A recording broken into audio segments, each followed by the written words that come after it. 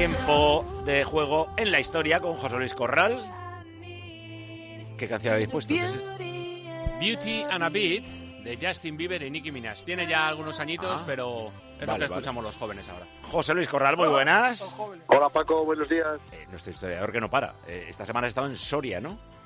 Pues acabamos de salir de Soria hace un rato con Javier Sierra, que voy con él, y vamos camino de Teruel a la Feria del Libro, a comer a Teruel y luego por la tarde pues presentaciones en Teruel en la Feria del Libro. Y estás viendo que toda España, la historia mola, o sea, la historia tiene un hueco de atracción que hay que encontrarle el punto. En este programa estamos tan felices con tu colaboración, pero por ejemplo en tele no han terminado de encontrar algo que conquiste o que llame la atención de la gente, pero bueno, que no me enrollo por ahí.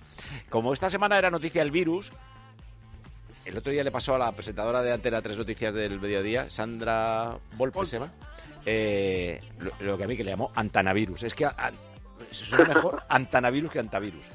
Sí. Le dije a Millán, dile al historiador que nos cuente alguna pandemia bestia que haya sufrido España.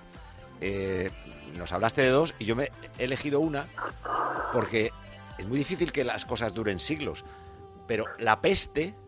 Yo no sabía ni cuándo había asolado España, o sea, sabía que era por la Edad Media, pero no sabía ni cuándo era.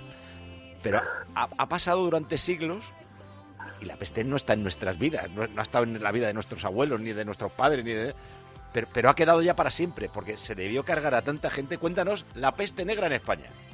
Bueno, mira, la peste ha existido prácticamente desde la prehistoria, pero ha habido brotes durante distintas épocas. Por ejemplo, una tremenda brote en el Imperio Romano, que son las pestes antoninas, a finales del siglo II.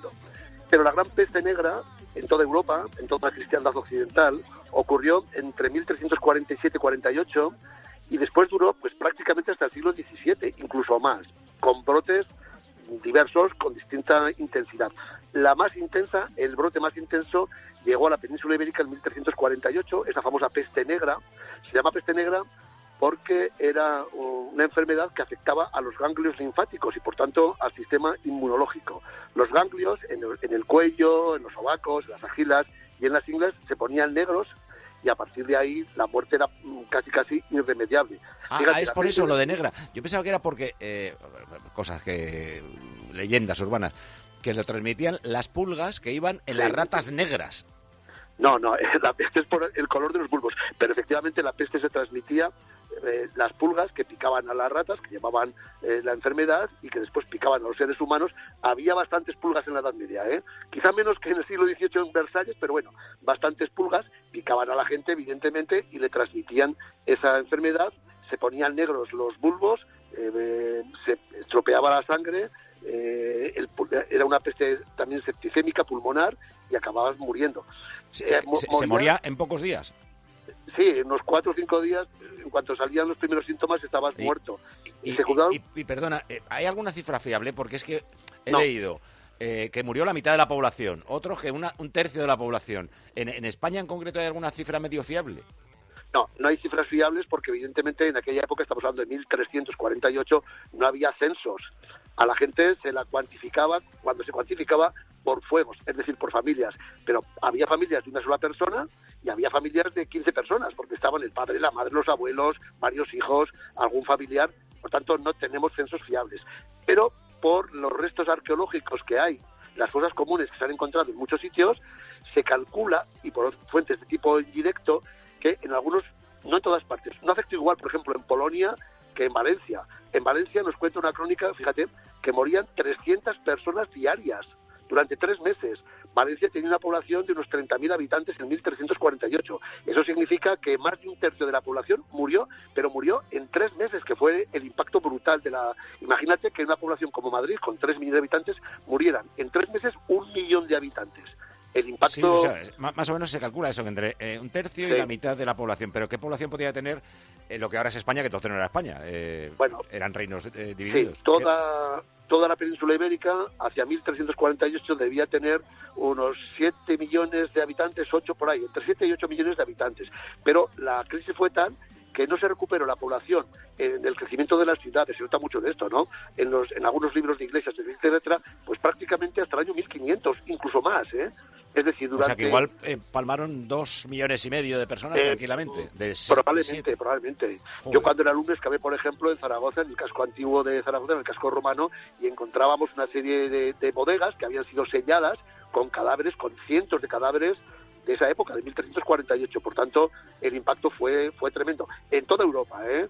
De hecho, la peste negra no solamente redujo la población europea, y no solamente la población, es que redujo en las generaciones siguientes el crecimiento demográfico, porque claro, mató a mucha gente, pero también detuvo el crecimiento demográfico, que era muy grande en esa época. Es verdad que esta peste asoló a toda Europa, yo me estoy centrando en nuestro país, pero ¿el único rey que palma es aquí en España? ¿De toda Europa el único rey que palma es en España? Alfonso... No, murieron más, pero en España el que murió, y además yo escribí una novela al respecto, matar al rey, fue Alfonso XI, que murió en el sitio de Gibraltar.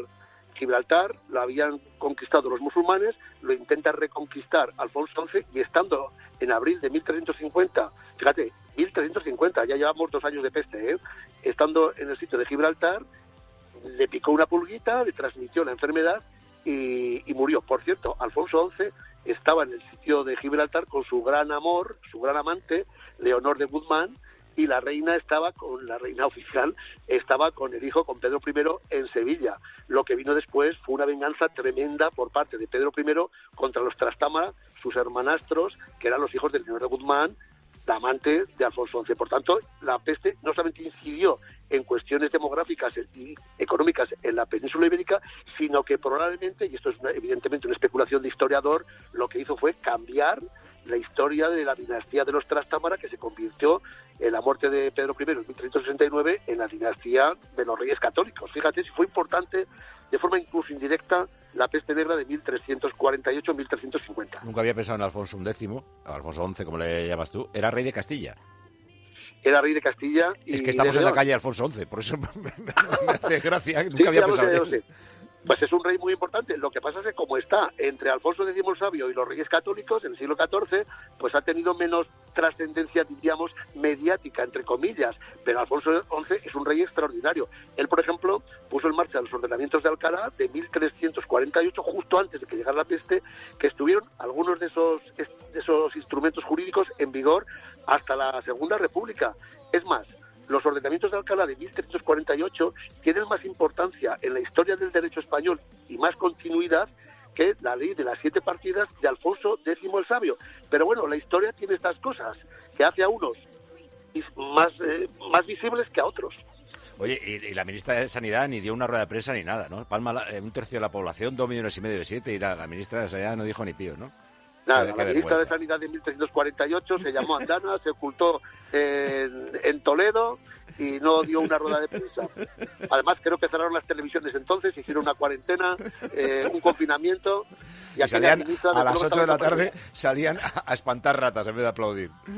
No sabían cómo se transmitía. Uno de los grandes problemas es que no sabían cómo se transmitía la peste. No tenían ni idea de cómo se transmitía. Pensaban que eran los judíos, fíjate, que envenenaban los pozos. Joder, hasta que se dieron cuenta que los judíos también se morían, claro, lo cual hubiera sido bastante absurdo suicidarte con la peste, pues, ¿no? Ya sabéis de dónde viene la expresión malas pulgas. Cuando tienen malas pulgas es por eso. Hay que tener mucho cuidado. Un abrazo, José Luis, buen viaje a Teruel. Paco, un abrazo. Hasta luego.